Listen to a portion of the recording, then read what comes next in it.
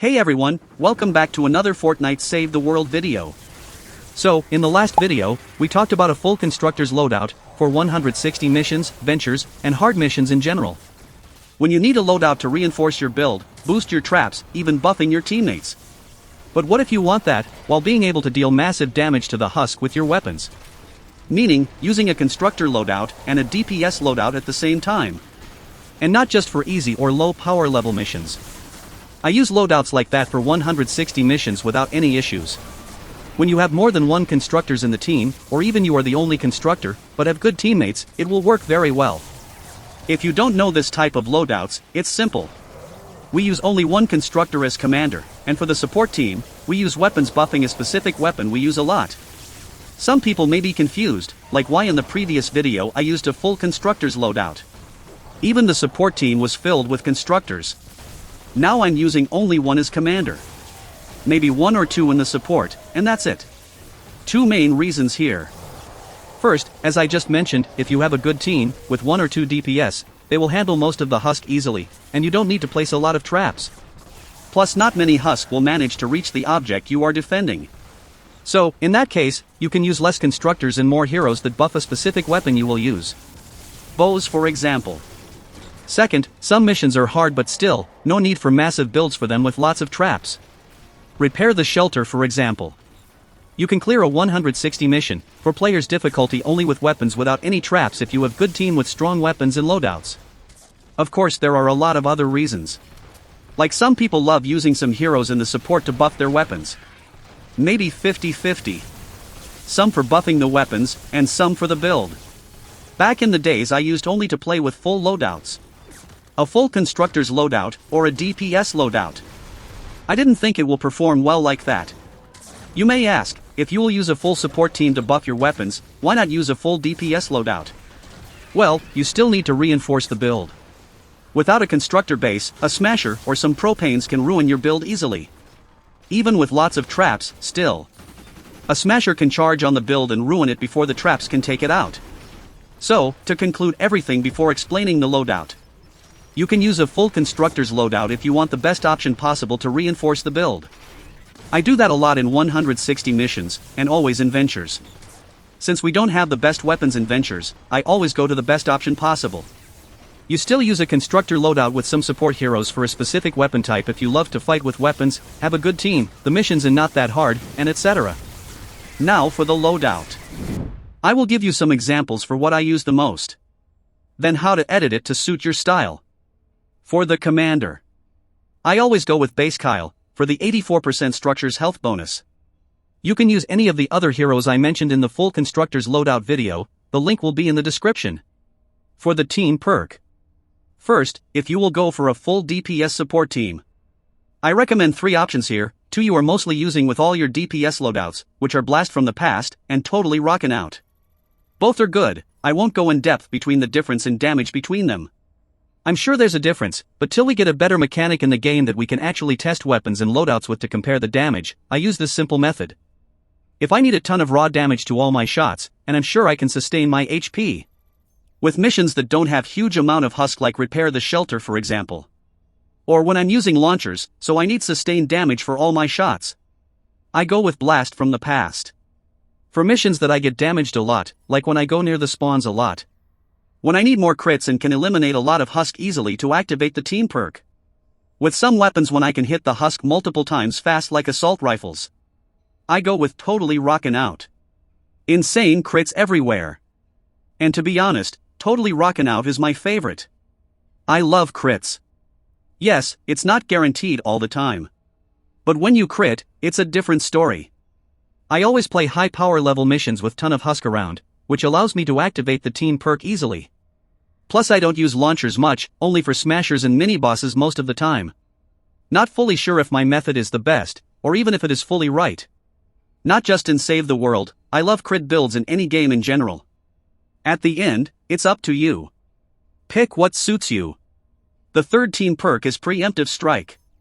For each hero of epic or higher rarity with at least 4 stars. Increases damage by 6.5% against full health enemies. 32.5 in total with a full loadout. Similar with some use cases that I just mentioned with Blast from the Past. When you don't get that many husks to fight, for example. But still, why not Blast from the Past here? Well, Blast from the Past requires 2 heroes from the support team to activate it. And unlike totally rocking out, when most of the required heroes to activate it are actually able to buff your damage easily. For Blast from the Past, only 1 hero does that. So, if you need a total 5 heroes buffing a weapon, and none of the previous 2 perks will work for you, Preemptive Strike is a good option here. I know that you are confused right now. Let's start with some examples to explain everything. Let's go with the most used weapon in the game right now, the Vacuum Tube Bow. One of the best DPS weapons. For a high power level mission, we will be eliminating a lot of husk, especially if it is a water element. Since the Vacuum Tube Bow element is locked to nature. If you don't know what that is, check this video, it will explain everything about the elements in the game. So, I will go with totally rockin' out here. I will be shooting this weapon a lot, and more crits will help. And of course, Breakbeat Wildcat, one of the best heroes in the game, and everyone uses her with this team perk. Eliminating 10 enemies within 9 seconds grants Rockin' Riv, which increases damage by 50% and melee attack speed by 32%, decaying over 8 seconds. This 50% damage is huge.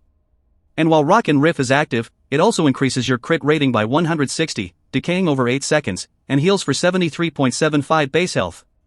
So, damage, crits, and healing. That's why a lot of people always use this team perk. Varsity Hero. Eliminated enemies have a 7% chance to fumble a football. Footballs grant Rockin' Riff when picked up, which allows you to activate the team perk more often, plus the damage bonus and the healing. And of course, you can use main stage Quinn if you don't want to go near the husk much and will rely on the subwoofers. Now for the heroes that will buff our weapon. Redline Ramirez, who increases your sniper damage by 17%. Rabbit Raider Jonesy, for more 75% critical damage. Which works well with the current team perk as well. Skull Ranger Ramirez or Skull Trooper Jonesy for 15% damage for 5 seconds after reloading. Since we will reload a lot with bows. But what if you want to use Blast from the Past? Simple, just replace the first 2 heroes. Izza for armor. And Rex Jonist for damage. With him, the more HP you have, the more damage you will deal. But what if you don't want to use any of those team perks? Like you want to use Farah for example and don't want to remove any of these 3 heroes already. Well, here comes Preemptive Strike. I will keep Breakbeat Wildcat for the 50% damage and replace Varsity Hero with Farah. You can replace Breakbeat Wildcat as well with any hero you like. Yukong for example. Whatever you use, the team perk works with any hero. That's why I love this team perk. Yes, 32.5% damage may not sound that good since you have other team perks that allows you to get better bonuses, like the 2 we just mentioned. But this one is so flexible. It allows you to use any heroes you like, from different classes. Just use epic or higher and 4 stars heroes. But wait, do you have to use a full support team that buffs a specific weapon type with or without the team perk? Absolutely not, you can use only 2 or 3, even only 1, and constructors for the rest. Like Nox to fix your structures. And Warden Kyle to heal you and your teammates. So, you must use these exact loadouts with exact team perks and heroes? Still not, this is just the loadout that suits my style. You can always change it or even use a whole different one, doesn't matter. Always pick what suits you the most and what you enjoy playing with.